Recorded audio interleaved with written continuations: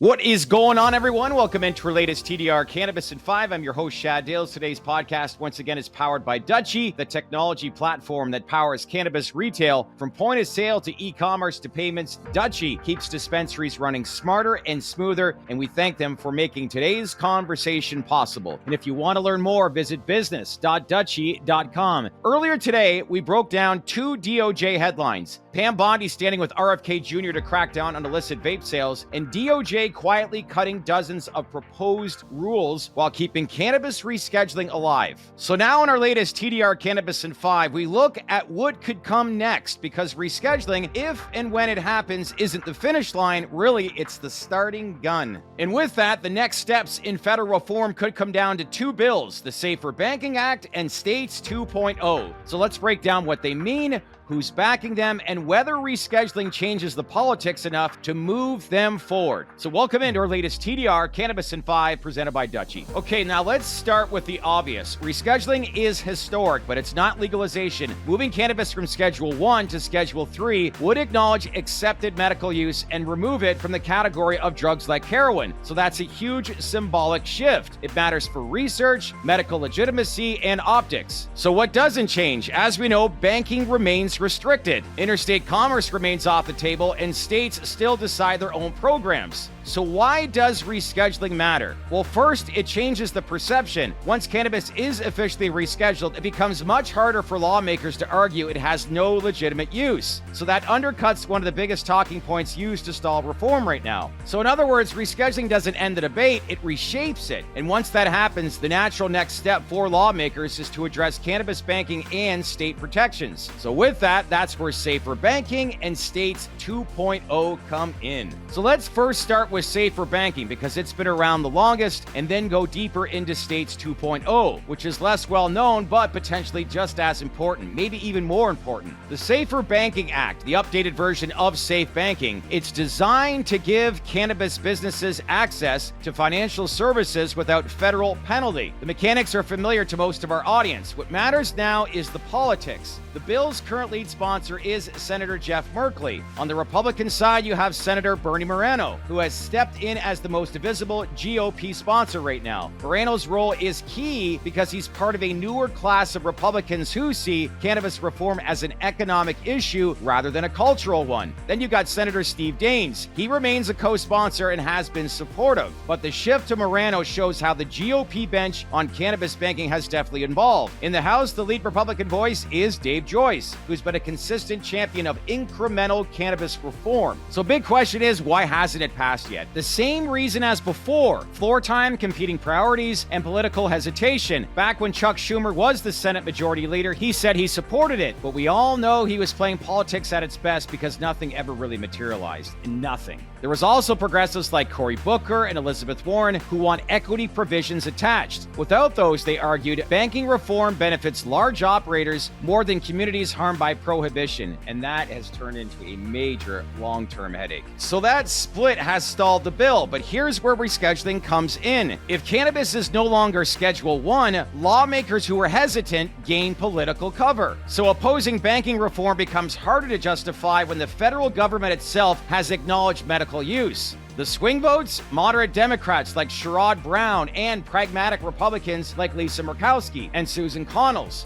If rescheduling lands, expect the pressure to finally mount for a Senate floor vote. This is where we could be heading, everyone. So banking is critical, but it's not the only piece. To understand the long-term stability of cannabis policy, you then have to factor in States 2.0. So let me explain what it is. States 2.0 is short for the Strengthening for the 10th Amendment through Entrusting States Act. It's a bill that would give states the explicit right to regulate cannabis without federal interference, similar to what you see in sports betting right now. In plain language, if your state legalized medical or adult use cannabis, federal agencies couldn't come in and disrupt that program. It wouldn't legalize cannabis federally, but it would recognize state autonomy. This is important because even with rescheduling, we know cannabis remains federally illegal. States 2.0, though, provides the legal breathing room states need to operate without constant uncertainty. So that's important. So who's behind it? In the Senate, there's Elizabeth Warren and Senator Rand Paul, who have been vocal. Then in the House, you've got, again, Dave Joyce and now Earl Blumenauer. They're key champions. So together this creates really bipartisan coalition. Progressives who see cannabis reform as social justice and conservatives who see it as states' rights. So again, why hasn't it moved? Well, first thing is visibility. Unlike safer banking, States 2.0 hasn't had the same lobbying push. Banks and financial institutions put money and muscle behind safer. So with States 2.0, it right now doesn't have that kind of concentrated industry support yet. But here's why it could matter more in the long run. Banking solves financial headaches, but States 2.0 protects the foundation of legalization. It would ensure that state legal programs, whether medical in Texas or adult use in California, are shielded from federal disruption. So with that kind of stability, it would allow businesses to invest with confidence. So again, bring this back. This is why rescheduling matters here. If the federal government acknowledges medical use, the argument for States 2.0, it only gets stronger. Why should Washington override state laws if it already concedes cannabis as medical legitimacy? These are questions we all need to be asking right now. So we've talked about banking and states' rights. Now comes the big question. Will rescheduling actually shift enough political views in Washington to move these bills forward? That is the most important question here. But to answer it bluntly right now, this is still unknown, and it's what investors, operators, and advocates are watching most closely right now. Some lawmakers will pivot quickly when you look at Republicans like Bernie Moreno, who already see cannabis through an economic lens. It will point to rescheduling as validation. Then on the Democratic side, and I want to say this is a big if, you've got Schumer, Booker, and Wyden, who will try and could use it as momentum to push broader reform. But again, I'm not holding my breath with any of them. And then we've got other senators that we definitely know won't move, and that's Senator Mitch McConnell, who remains an opponent. And then you got figures like Tom Cotton aren't likely to flip. So really why I bring them up is because their argument gets weaker and weaker day by day once rescheduling is announced. But again, if rescheduling is announced. So why do I say that? Because opposing banking or States 2.0, it becomes harder once the DEA itself has acknowledged cannabis belongs in Schedule 3. So another important question is whether rescheduling provides the political cover for fence sitters. You got senators like Murkowski, Collins, and Brown who could break the logjam if they sense public opinion is firmly on the side of reform. So in other words, as I've said before, rescheduling doesn't guarantee reform, but it changes the math. It forces senators to either evolve or explain why they're holding back while public opinion and federal science is moving forward. Think about that as well. Let the truth set you free. So here's the bottom line. Rescheduling is the first domino, not the last. It doesn't fix banking, it doesn't guarantee equity, and it doesn't stabilize state markets. But it does create the environment where those conversations can finally move.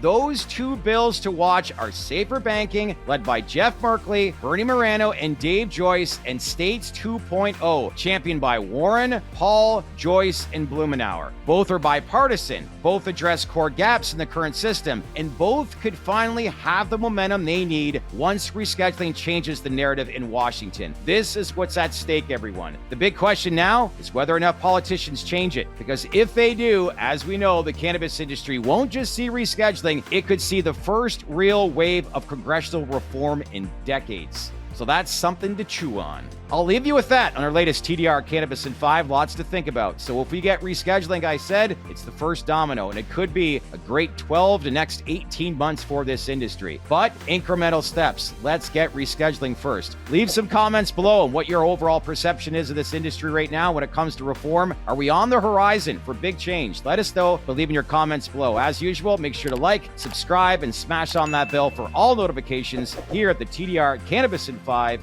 presented by Dutchie. Enjoy your day. I'm your host, Shad Dales, and I'll see you in the next video. Take care, everyone.